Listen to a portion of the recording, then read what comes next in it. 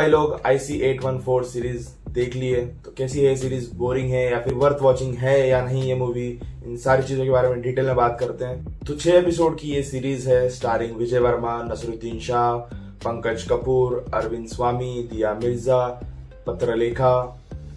इतने बड़े बड़े और बेहतरीन एक्टर्स मूवी में कास्ट किए गए। तो क्या ये मूवी वर्थ वॉचिंग है, बेहतरीन है या नहीं, इसके बारे में बात करते हैं। सीरीज की स्टोरी की बात करें तो 24 दिसंबर 1999 खानदार से दिल्ली जाने वाली फ्लाइट IC814 को 5 हाईजैकर्स मिलकर हाईजैक कर लेते हैं और गवर्नमेंट से $200 मिलियन की मांग करते हैं। और 1999 उस टाइम का दौर था जब इंडिया कारगिल का वॉर जीत चुका था, पोखरण न्यूक्लियर टेस्ट सक्सेसफुली हो गया था। तो इन सब चीजों से कौन ज्यादा नाराज था और कौन इन सब चीजों के पीछे था, और ये हाईजैक किस तरह से प्लानिंग हुई थी और किस तरह से एग्जीक्यूट किए गए थे सारी चीजें, इस सारी चीजें हमें सीरीज के अंदर देखने मिलेंगी। कौन मास्टरमाइंड इस हाईजैक के पीछे था और क्या सारी चीजें चल रही थी पोखरण के बाद और कारगिल वॉर के बाद। तो सब चीजें हमें सीरीज के अंदर देखने मिलेंगी।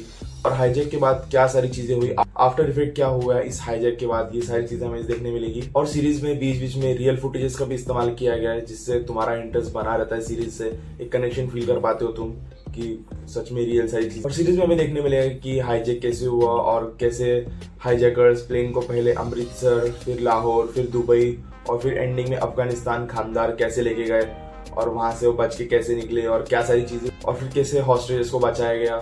ये सब चीजें हमें सीरीज में देखने मिलेगी। और ये सीरीज बेस्ड है एक बुक पर जिसका नाम है flight into fear the captain story, जिसके राइटर है देवी शरण एंड श्रीजॉय चौधरी, जो कि IC814 के पायलट रह चुके थे उस टाइम पे, और उस टाइम पे उसके पायलट थे। तो ये सीरीज पूरे फैक्ट्स पर बेस्ड है। डर इस बात का है कि नामों को लेके कंट्रोवर्सी ना हो, क्योंकि सीरीज के अंदर एक भी ब्यूरोक्रेट्स और पॉलिटिशियन का नाम रियल नहीं बताया गया है, सारे फेक नाम यूज किए गए। तो होप करते हैं कि इसके ऊपर कोई कंट्रोवर्सी ना हो। और इतने बेहतरीन कास्ट के साथ ये सीरीज बनाई गई है, तो तुम्हें एक्टिंग काफी अच्छी दिखने मिलेगी। मुझे स्पेशली विजय वर्मा की एक्टिंग काफी ज्यादा अच्छी लगी।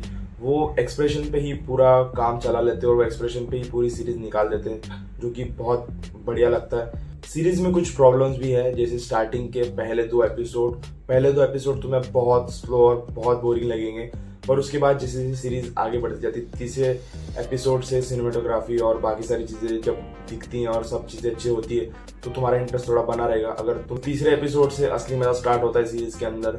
6 एपिसोड की सीरीज है, तो देख लेना। और दूसरा, हाईजैक के ऊपर ये पहली मूवी नहीं है, इसके पहले हम मिर्जा मूवी देख चुके हैं। उस मूवी में जैसे टेंशन बिल्ड होती थी कि ऑस्ट्रेलियस के साथ क्या होगा, कैप्टन के साथ आगे क्या होगा, हाईजैकर्स के साथ आगे क्या होगा, जिस तरह से टेंशन बिल्ड होती थी उस मूवी के अंदर, इस सीरीज के अंदर वो टेंशन थोड़ी कम लग रही है।